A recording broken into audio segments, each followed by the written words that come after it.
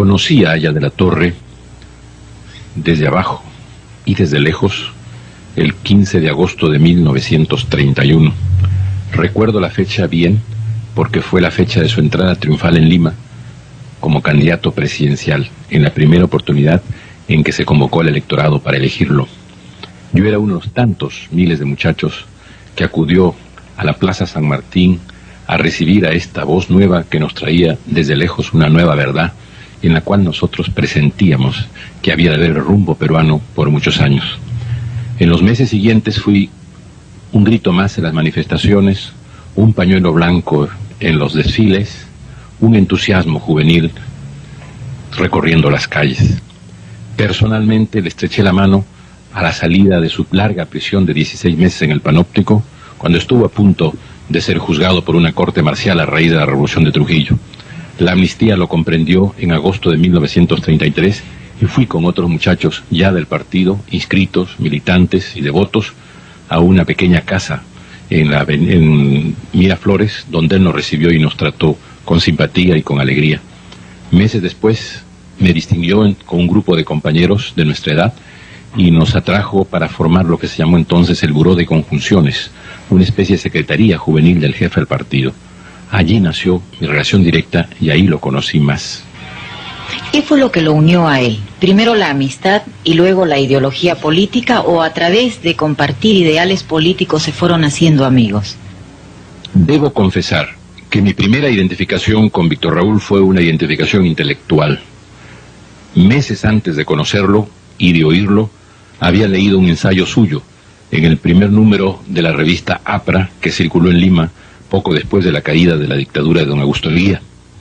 El razonamiento político sustancial de entonces, las razones por las cuales un muchacho y un peruano debía ser de izquierda, pero de una izquierda nacional, democrática, auténtica, americana, estaban consignadas en ese artículo.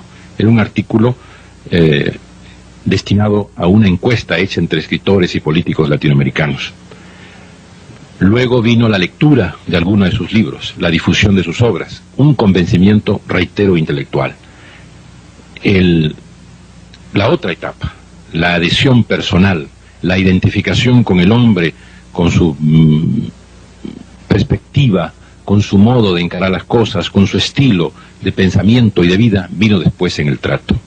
Es una relación muy especial que nos liga a Víctor Raúl Aya de la Torre, a muchos hombres de mi generación. Nosotros le hemos llamado desde el año 31, 32, 33, cuando él apenas era un hombre de 35 a 40 años, le llamábamos ya el viejo. Lo seguimos llamando el viejo, porque ahí había una suerte de reconocimiento de una paternidad intelectual y política. Él es el hombre que nos ha hecho a nosotros, el hombre que nos ha enseñado una teoría política, que nos ha brindado un programa, un conjunto de ideas propio, legítimo, peruano y americano, y nos ha dado también una experiencia personal de devoción, de sacrificio y de entrega.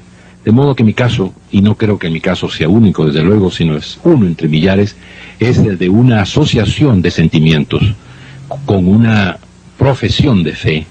Es decir, en el aprista se mezclan por igual ingredientes de convicción intelectual, de pasión, de amor a la causa y de identificación con quien ha sido y es su mejor representante, su símbolo, su fundador y su jefe.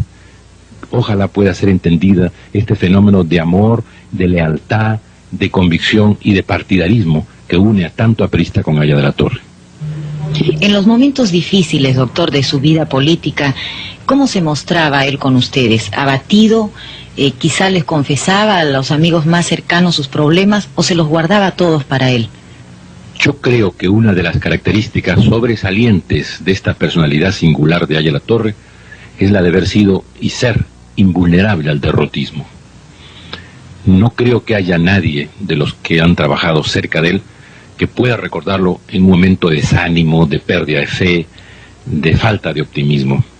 Alguna vez me acuerdo, en momentos muy duros, estando en el exilio, y él en una tremenda persecución, me escribió una carta interesantísima en la que, desmintiendo rumores de que estaba enfermo, dijo: y si alguna vez me enfermo, será de un ataque de fe. Esa frase para mí es muy consecuente con la actitud de él. Él ha sido muchas veces, ha conocido muchas veces las situaciones de adversidad. Es un hombre al cual se le ha negado la presidencia de la República, se le ha vetado, se le ha hecho fraude, se le ha hecho golpes, se le ha impedido la consumación de un derecho al cual tenía todos los títulos y que era esperado en su consumación por el pueblo peruano. Ha sufrido momentos intensos de disgusto personal, de persecución directa, de haber visto el partido prácticamente en ruinas, y sin embargo nunca se ha sabido que él desfalleciera. Cuando estaba en el destierro en sus primeros años, el partido cabía en un sofá en un momento cuando se produjo una decisión, la época de la ruptura con José Carlos Mariátegui. En los años de clandestinidad, la policía a veces llegó a extremos inenarrables y los mejores hombres del partido estaban o muertos o presos o exilados, pero él, en su catacumba, en su refugio, en su escondite, siguió adelante, escribiendo él mismo la tribuna, a veces repartiéndole el mismo, con la ayuda de Jorge Díaz, que es su leal colaborador, con un grupo decidido y escaso de hombres que en todo tiempo permanecieron a su lado. Cambiaron los hombres, él no cambió nunca. Por eso sigue ahora en la cumbre madura de sus años, impartiendo una lección de optimismo. Yo creo que pocas veces se ha escuchado una cátedra más interesante de fe que la proclamada por Águeda Torre el 28 de julio, cuando dijo que teníamos que hacer una constitución para el siglo XXI. Es un hombre de 83 años que sueña con una cosa que habrá de durar 20 años más. Eso le indica, me parece, la consistencia, la fe, la capacidad, la resistencia y la proyección permanente y por lo tanto histórica que habrá de tener su pensamiento y su obra. Prácticamente durante toda su vida política, doctor, se ha hecho célebre él por sus discursos. ¿Realmente qué significan para él y cómo los elabora? Es un orador siempre muy cargado de ideas y que hace la maravilla además de retener la atención del público por una hora, hora y media, a veces 2 horas.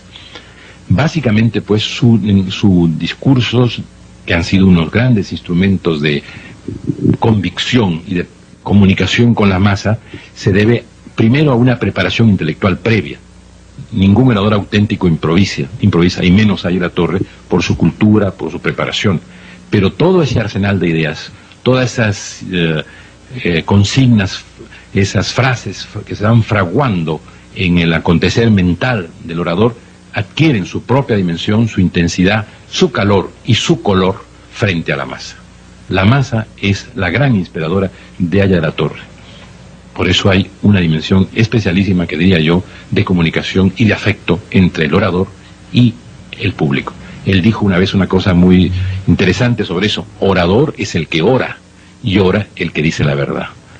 Hay también acá una connotación religiosa que me parece puede subrayarse en el estilo oratorio de este gran orador que es Águeda Torre.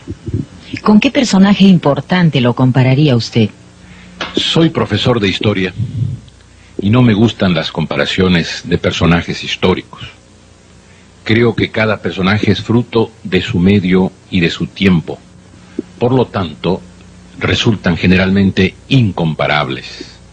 No es lo mismo Churchill que Napoleón, Napoleón que Luis XIV, ni Luis XIV que Hitler, ni Lenin es semejante a Alejandro el Magno. Puede haber un trasfondo de parecido, de analogías, pero muy forzado. Y en el caso de Víctor Raúl hay que encuadrarlo, como él diría, en su espacio-tiempo histórico. Y para encontrar una analogía tendría uno que pensar en un país como el nuestro, tan característico, tan típico, con un pueblo tan desvalido, tan antiguamente sufriente, que ha tenido una clase dominante tan egoísta, tan ciega, tan miope, tan irresponsable, en un país carcomido por muchas miserias y que sin embargo alienta en el fondo tantas virtudes auténticas que lo hacen sobrevivir a semejantes desastres. Y en medio de ese panorama surge este hombre especial, con su magnetismo, con su fe, con su capacidad de creación ideológica, de organización política, de proyección oratoria e intelectual. Tiene de muchos predecesores y tiene mucho también de sí mismo. Es un hombre, un peruano excepcional, el peruano del siglo XX. Lo llamó hace poco un inteligente diputado no aprista en el seno de la Asamblea Constituyente, el doctor Ortiz de Ceballos. Es realmente nuestro peruano del siglo XX y el peruano que va a dejar su huella en el siglo XXI, no solo en la Carta Fundamental, en la medida en que esta carta refleje las ideas que él ha venido sembrando con tesón apostolar, sino como cambio de mentalidad. Este Perú es otro desde que apareció allí la torre. Todos hemos cambiado, jóvenes y viejos, civiles y militares. Todos hemos cambiado de mentalidad, tenemos otra perspectiva, otra visión, y aún aquellos que parecen más encarnizadamente adversos habrán de reconocer algún día que ellos mismos han recibido y han sido impactados por este mensaje. Por eso, Víctor Raúl Ayala-Torre, peruano del siglo XX, llamado a una proyección universal y americana sobre todo, es un personaje único, es un personaje inolvidable, es para mí personaje incomparable.